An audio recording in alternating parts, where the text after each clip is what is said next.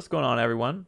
Today is the day that Super Smash Bros. Melee and The Legend of Zelda Ocarina of Time released sometime between 22 and 25 years ago in Japan. Today is special because these games are very special. They happen to be two of the games that are in my top 5 favorite games of all time, and they could be considered two of the most important games from an influence standpoint. What games they ended up influenced later in the line. They were earlier-ish entries in respective series that would go on to be bestsellers for Nintendo.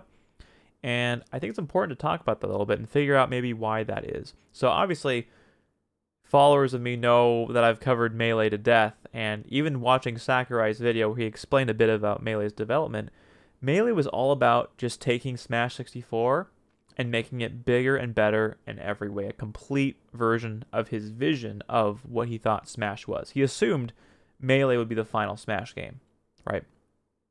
So he wanted to make it the game, no gimmicks, just fleshed out, fully realized. Zelda Ocarina of Time, its gimmick was 3D. And I think that's one reason why a lot of N64 games kind of are seen as inspiring games for the future, and they typically stand the test of time. Mario 64, Banjo-Kazooie, because there was no true gimmick outside of the fact that it was 3D. So the fact that the game was 3D was its new thing.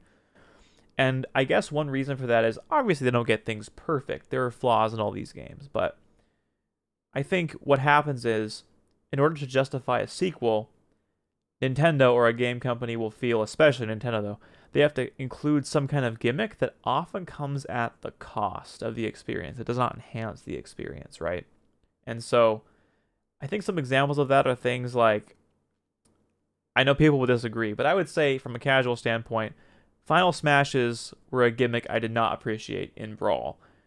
Like when I played Mario Power Tennis on GameCube, you had your like gimmicky, really powerful a move in tennis, right? There are these elements that try to add gimmicks for gimmick's sake. Of course, the whole motion control stuff on the Wii era, none of that stuff has aged very well. None of that stuff makes it timeless.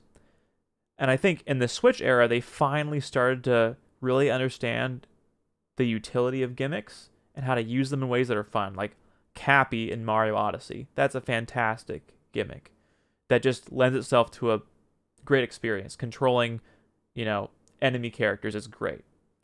And then using it as a movement option is great. In Smash 4, you have the gimmick of being portable, which of course compromises the game in all kinds of ways.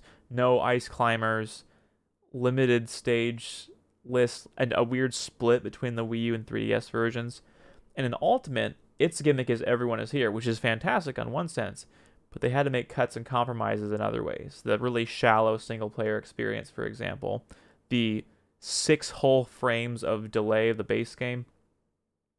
Whereas with Melee and Ocarina of Time, you have just the games are amazing because they don't rely on gimmicks like that to be different from their predecessors. They just focus on being a really fantastic experience. And I think from a narrative and adventure game standpoint, Ocarina of Time is one of the strongest. It influenced every game forward. Twilight Princess, Skyward Sword, Breath of the Wild, Tears of the Kingdom, Wind Waker, obviously. And Melee, obviously, not only influenced the rest of the Smash series, but tons of new platform fighting games. Rivals of Aether, Smack Studio, Fraymakers, Nickelodeon All-Star Brawl 1 and 2, Multiverses. Say what you will about these games, but they are all inspired from Melee. So, anyway, all that to say, I'm a huge fan of both these games, so I thought it'd be appropriate to make a video about them today. I'll see you guys in the next video.